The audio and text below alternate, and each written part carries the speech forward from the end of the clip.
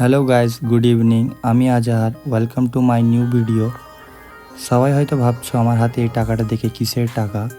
আমি আর আমার বন্ধু মিলে সবাই মিলে এই টাকাটি চাঁদাতে তুলেছিলাম। আর এই গাড়িটা যেটা দেখছো এটা হলো আমার পুরনো ঘোড়া। তো আমি আমার বন্ধুটাকে পুরনো ঘোড়ায় বসিয়ে দিলাম, বললাম তুমি চালাও আর আমি দেখি আজকে কেমন কি সাইড সিনগুলো নেওয়া যায়।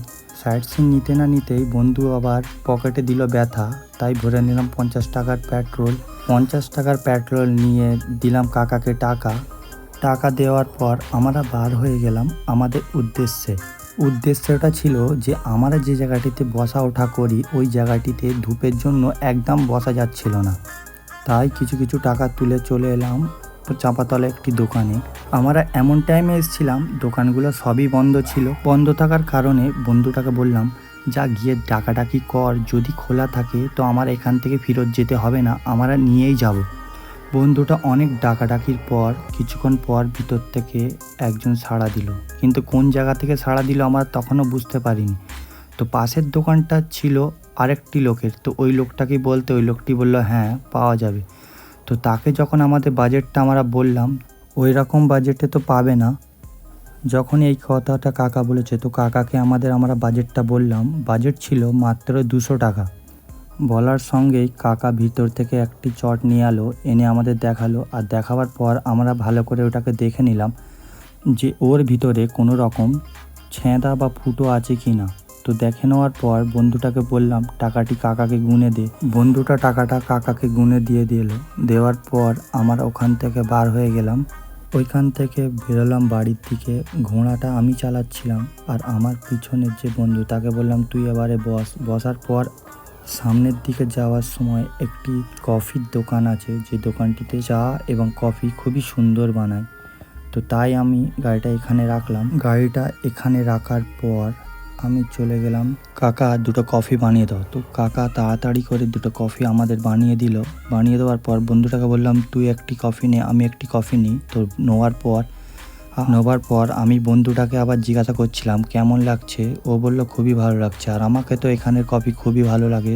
তো তাই আমি তাড়াতাড়ি খেয়ে কাকাকে টাকাটা দিয়ে দিলাম। আর দেওয়ার পর বেরোলাম বাড়ির দিকে।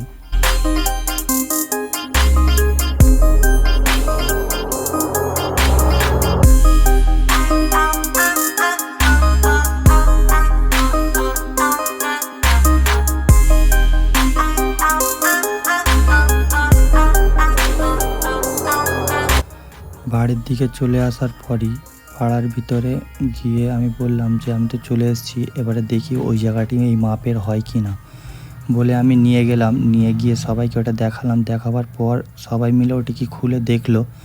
দেখার পর সবারই পছন্দ হয়েছিল। পছন্দ হওয়ার পর এই জিনিসটাকে আবার গুছিয়ে রেখে দিল। গুছিয়ে রাখা দেওয়ার পর একটুখানি পরে আমি বললাম যে আমি বেঁধে দিচ্ছি। সবাই মিলে ওখানে বেঁধে দিচ্ছিল ওই জিনিসটাকে।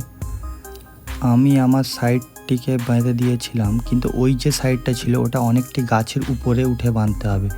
তো আমি তো ওটা পারবো না। তো তাই আমার সঙ্গে যে বন্ধুটা ছিল তাকে বললাম তুই ওই দিকটায় গিয়ে বাঁধ।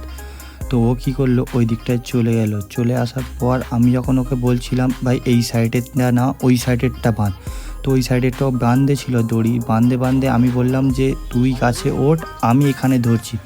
তো তোমরা দেখতেই পাচ্ছ আমি ওই কোণটায় ধরেছিলাম। তো তখন বন্ধুটা যখন দড়িটা নিয়ে ওই দিকে যাচ্ছিল, ওই দিকটা প্রচণ্ড উঁচু ছিল। তো তাই ও গাছে উঠে গিয়েছিল। আর উঠে ওইখান নেমে যাওয়ার পর আমি বললাম যে ঠিক মতোই বাঁধা হয়েছে। তো আমরা যেটার জন্যে আনতে গিয়েছিলাম, আমাদের প্রথমেই ভিডিওতে দেখেছিলাম এই টাকাটা ওরই জন্যে তুলেছিলাম। তো আজকে যা করলাম ওইটুখানি আপনাদের দেখাতে পারলাম। তো আজকের জন্য বাই, দেখা হবে পরের ভিডিওয়। লাইক অ্যান্ড শেয়ার করে